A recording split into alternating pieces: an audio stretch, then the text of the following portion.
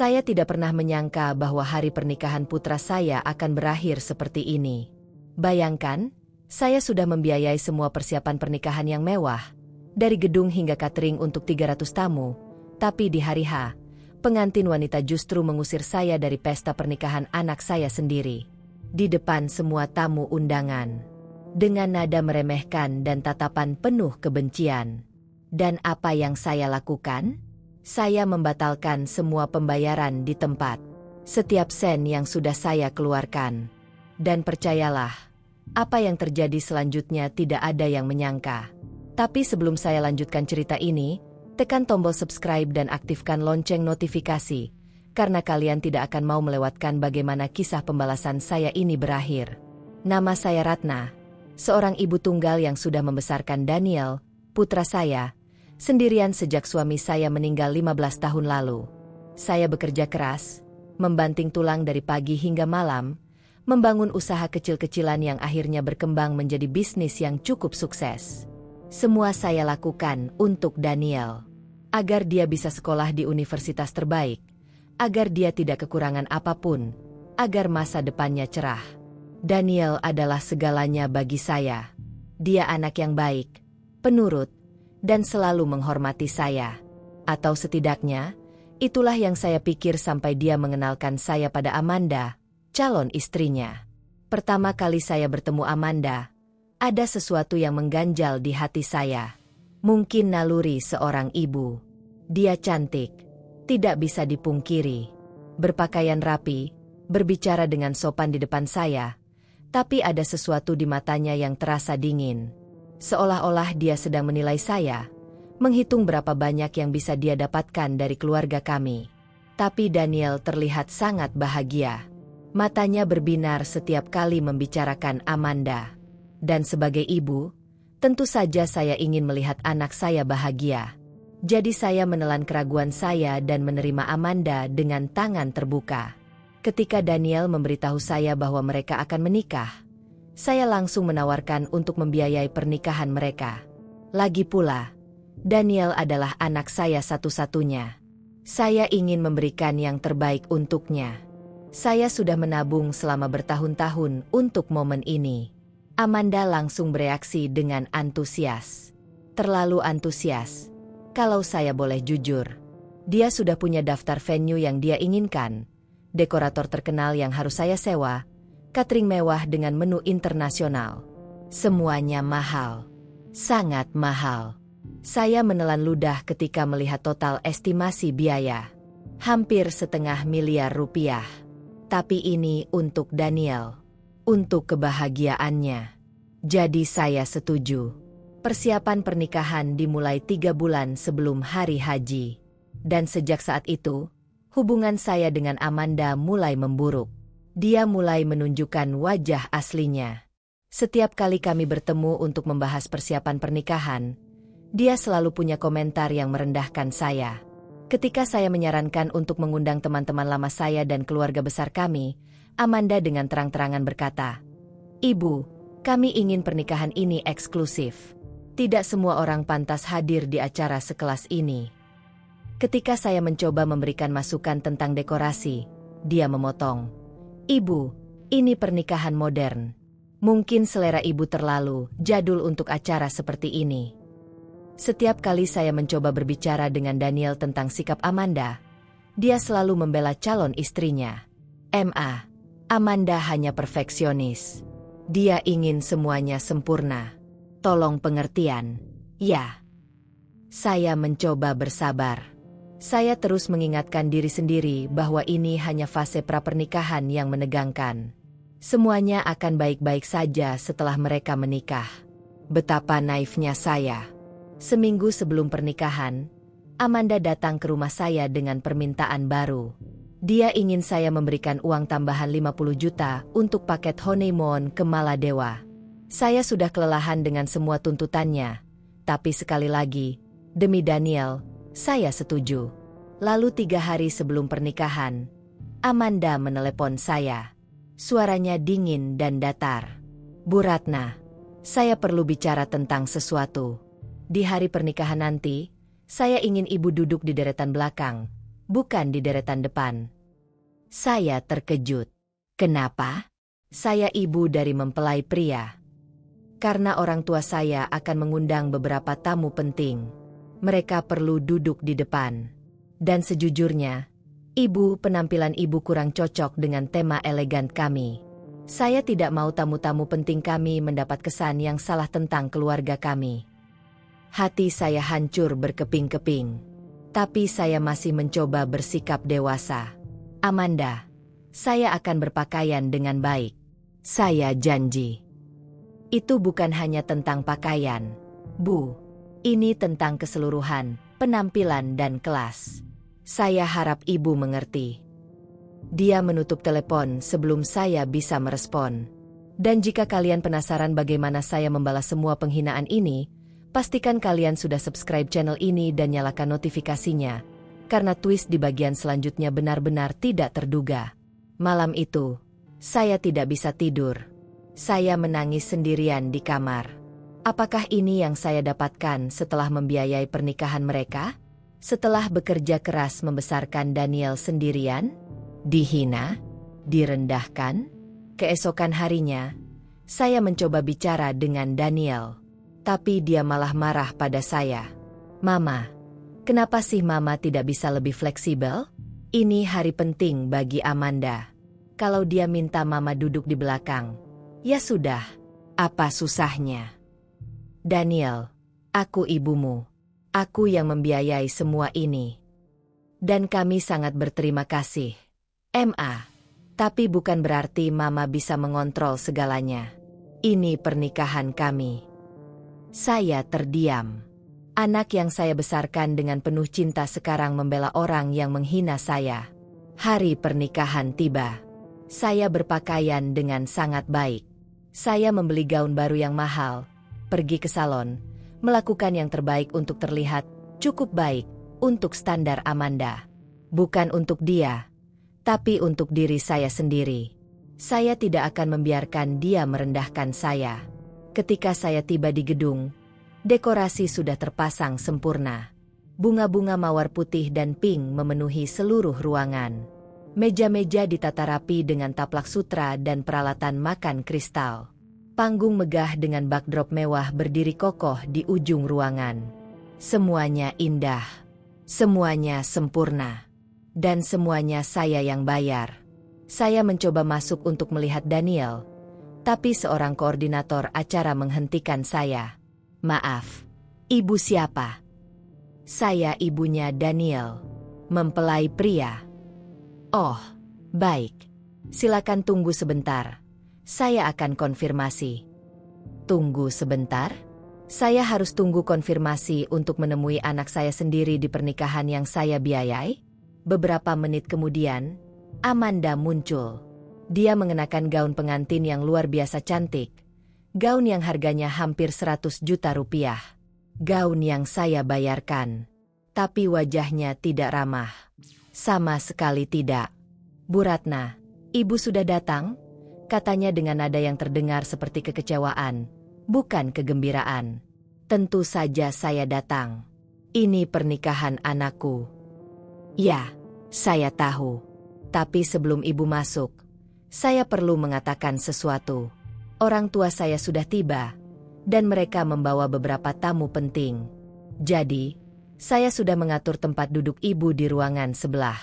Ada live streaming kok, jadi ibu tetap bisa menyaksikan acara. Saya tidak percaya dengan apa yang saya dengar. Ruangan sebelah? Kamu mengusir saya dari ruang utama pernikahan anakku sendiri. Bu, tolong jangan dramatis. Ini demi kenyamanan semua orang. Kenyamanan? Atau kamu malu dengan saya? Amanda tersenyum tipis. Senyum yang tidak mencapai matanya. Jujur? Iya, Bu. Orang tua saya dan tamu-tamu kami berasal dari kalangan tertentu. Dan penampilan ibu, tidak sesuai dengan image yang kami bangun. Disitulah saya meledak. Tapi bukan dengan teriakan atau air mata. Saya justru tersenyum. Senyum yang membuat Amanda terlihat sedikit gelisah. Baiklah, Amanda. Jika itu maumu. Saya mengeluarkan ponsel saya dan membuka aplikasi banking. Di depan mata Amanda yang melebar, saya mulai melakukan serangkaian transaksi. "Apa yang ibu lakukan?" tanyanya. Suaranya mulai panik. "Aku membatalkan pembayaran. Semua pembayaran. Pertama, saya membatalkan transfer untuk gedung. Saya sudah membayar 50% di muka, dan sisanya dijadwalkan otomatis terbayar hari ini. Saya batalkan." Amanda memucat. "Ibu tidak bisa melakukan itu." "Oh, aku bisa. Ini semua atas namaku. Semua kontrak atas namaku. Karena akulah yang membayar semuanya." Lalu saya menelepon catering. "Halo, ini Ratna. Saya ingin membatalkan pesanan untuk hari ini." "Ya, saya tahu ini mendadak. Tidak masalah dengan deposit. Batalkan saja." Amanda mencoba merebut ponsel saya, tapi saya menjauh. "Ibu gila. Tamu-tamu sudah mulai berdatangan. Kamu yang membuat aku melakukan ini, Amanda. Kamu pikir kamu bisa menghinaku? Merendahkanku? Di hari pernikahan anakku sendiri? Dengan uangku?" Saya melanjutkan. Membatalkan dekorator. Membatalkan fotografer. Membatalkan videografer. Membatalkan musik. Membatalkan semuanya. Satu persatu, saya melihat wajah Amanda berubah dari pucat menjadi merah padam karena marah, lalu kembali pucat karena panik. "Ibu tidak bisa melakukan ini. Ini pernikahan saya. Dengan uangku, Amanda. Setiap detail di sini dibayar olehku.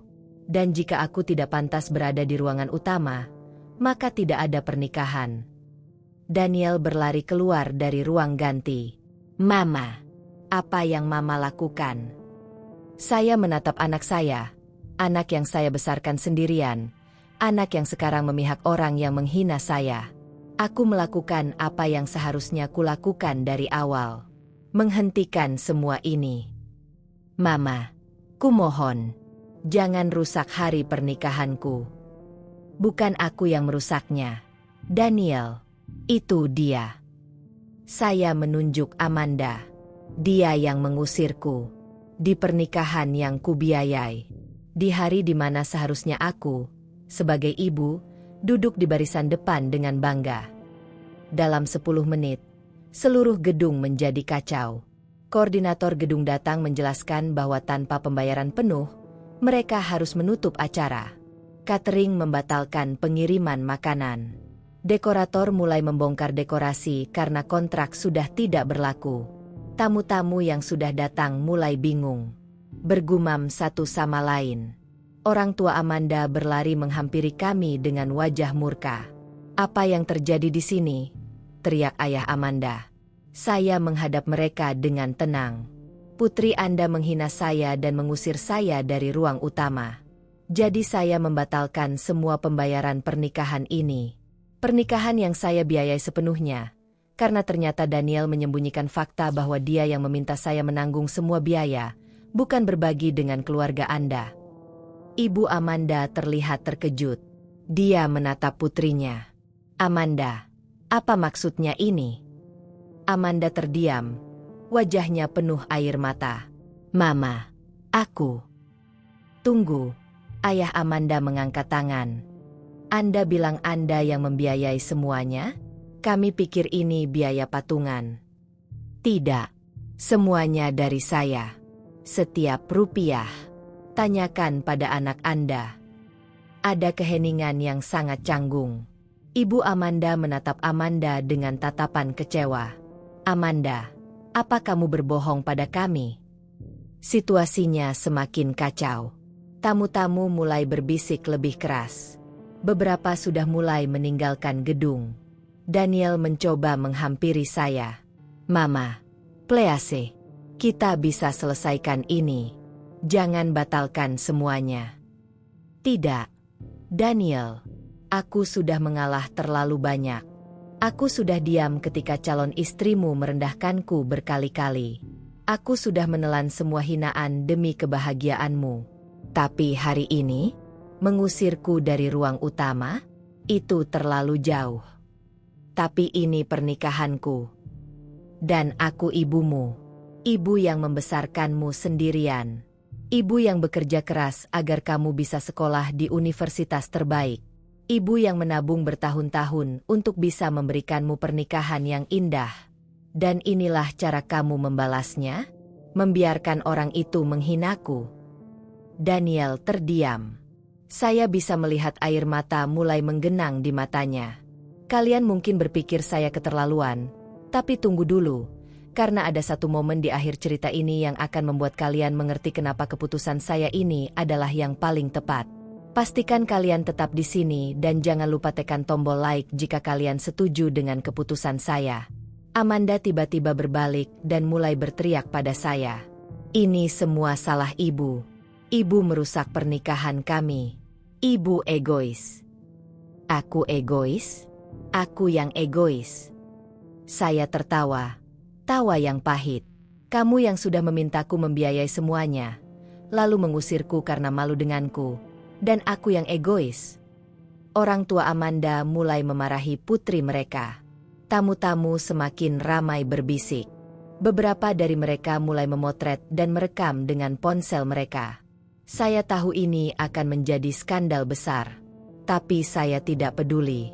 Saya menatap Daniel untuk terakhir kalinya. Aku mencintaimu. Daniel, aku selalu mencintaimu. Tapi aku juga manusia. Aku punya perasaan. Aku punya harga diri. Dan hari ini, aku memilih untuk menghormati diriku sendiri. Saya berbalik untuk pergi, tapi Daniel menahan tangan saya. Mama, kumohon, jangan pergi seperti ini. Lepaskan aku, Daniel. Mama. Suaranya pecah. Dan untuk sesaat, saya melihat anak kecil yang dulu selalu peluk saya ketika dia sedih. Anak yang dulu berjanji akan selalu menjagaku. Tapi dia memilih Amanda. Dia memilih orang yang menghina ibunya sendiri. Kalau kamu mencintai Amanda, kalau dia memang wanita yang tepat untukmu, maka kalian bisa menikah nanti. Dengan uang kalian sendiri. Buat pernikahan sesuai kemampuan kalian. Tapi jangan harap aku akan membiayai acara di mana aku tidak dihormati. Saya melepaskan tangan Daniel dan berjalan keluar dari gedung. Di belakang saya bisa mendengar tangisan Amanda, teriakan orang tuanya, dan suara-suara chaos yang semakin keras. Saya tidak menoleh. Ketika saya sampai di mobil, seluruh tubuh saya gemetar. Bukan karena marah, tapi karena lega. Lega karena akhirnya saya membela diri saya sendiri. 2 hari setelah kejadian itu, Daniel datang ke rumah saya. Wajahnya kusut, matanya sembab. Terlihat jelas dia tidak tidur. Mama, katanya pelan. Aku minta maaf. Saya tidak merespon. Hanya duduk diam di sofa, menunggu dia melanjutkan. Aku tidak tahu Amanda melakukan semua itu pada Mama. Maksudku, aku tahu dia perfeksionis, tapi aku tidak tahu dia sampai sejauh itu. Dan aku salah karena tidak membela Mama. Kamu tahu, Daniel, saya akhirnya bicara.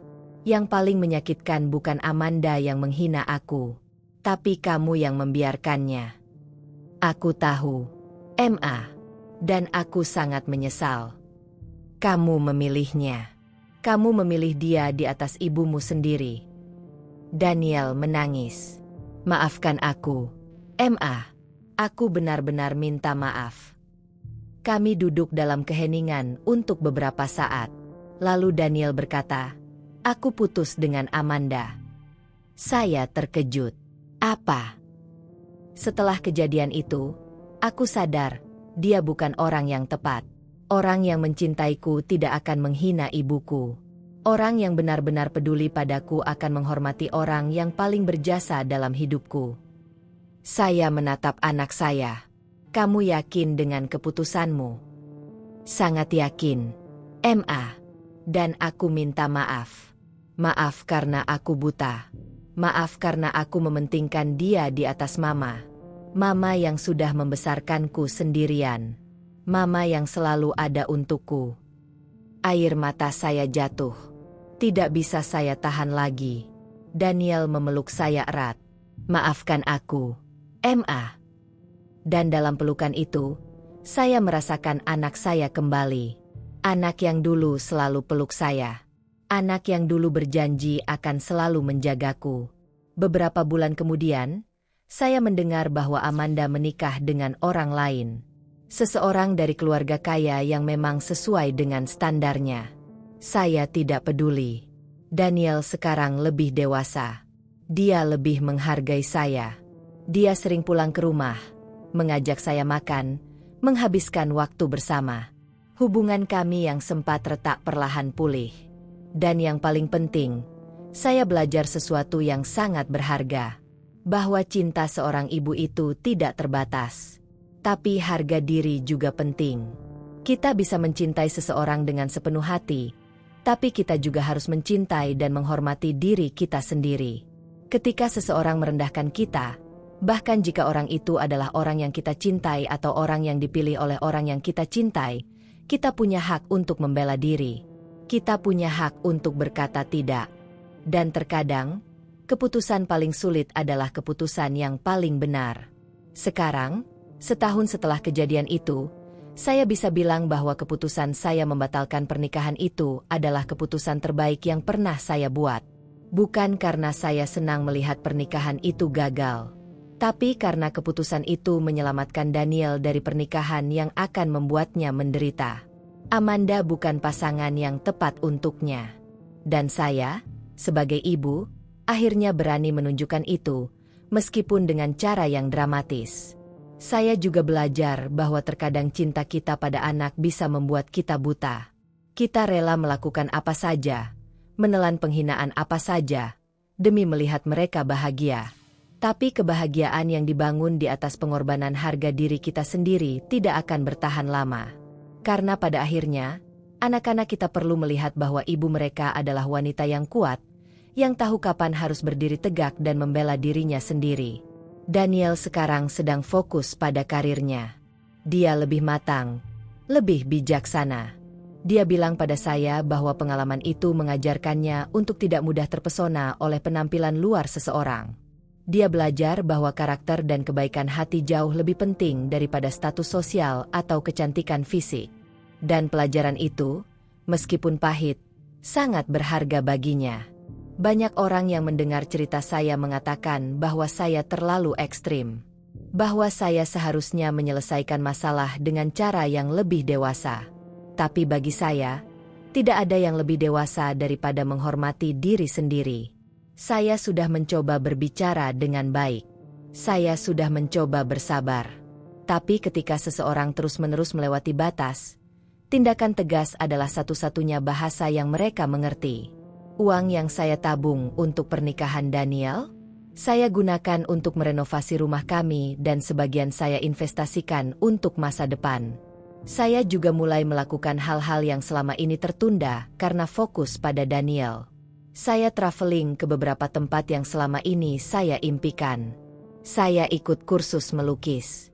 Saya menemukan kembali diri saya yang hilang selama bertahun-tahun hanya fokus menjadi ibu. Yang membuat saya paling bahagia adalah hubungan saya dengan Daniel sekarang jauh lebih sehat. Kami saling menghormati. Dia tidak lagi melihat saya hanya sebagai ibu yang akan selalu mengalah. Dia melihat saya sebagai wanita yang punya prinsip, yang punya batasan, dan yang pantas dihormati. Dan itu membuat cinta kami satu sama lain menjadi lebih tulus dan lebih kuat. Pesan saya untuk semua ibu di luar sana yang mungkin sedang mengalami situasi serupa. Jangan pernah takut untuk membela diri kalian sendiri. Mencintai anak kalian tidak berarti kalian harus kehilangan identitas dan harga diri kalian. Kalian berhak dihormati. Kalian berhak diperlakukan dengan baik. Dan jika orang-orang di sekitar kalian tidak memberikan itu, kalian punya hak untuk mengambil tindakan. Bahkan jika itu berarti membuat keputusan yang sulit dan menyakitkan. Jadi itulah kisah saya. Kisah tentang seorang ibu yang akhirnya membela harga dirinya sendiri. Jika kalian setuju dengan keputusan saya, atau jika kalian punya pengalaman serupa, tinggalkan di kolom komentar. Dan jangan lupa subscribe channel ini untuk cerita-cerita menarik lainnya tentang kehidupan nyata yang penuh pelajaran. Tekan tombol like jika cerita ini menyentuh hati kalian, dan bagikan ke teman-teman kalian yang mungkin membutuhkan pengingat bahwa harga diri itu penting. Nyalakan notifikasi agar kalian tidak ketinggalan cerita-cerita inspiratif berikutnya. Terima kasih sudah mendengarkan cerita saya sampai akhir. Sampai jumpa di cerita berikutnya. Dan ingat, kalian pantas dihormati.